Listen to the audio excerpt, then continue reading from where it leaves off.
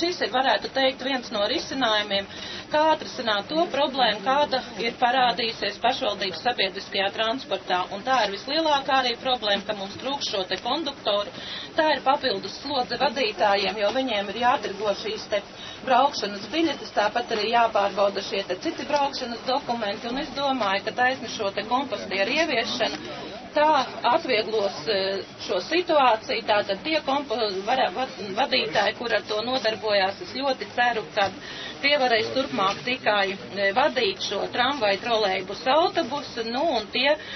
konduktori, kuri strādāja pašlaik mūsu tramvaju maršrutījās, varēs izvēlēties, vai nu viņi turpina to darīt trolejbusos, autobusos, vai arī būs to skaitā, kuri pārbaudīs, vai tiešām pasažierim šī biļete ir nokompostrēta, lai mums visiem kopā veicās, un, protams, lai mazāk pašvaldības sabiedriskajā transportā ir tādi cilvēki, kuri brauc nekompostrējot šo braukšanas biļeti.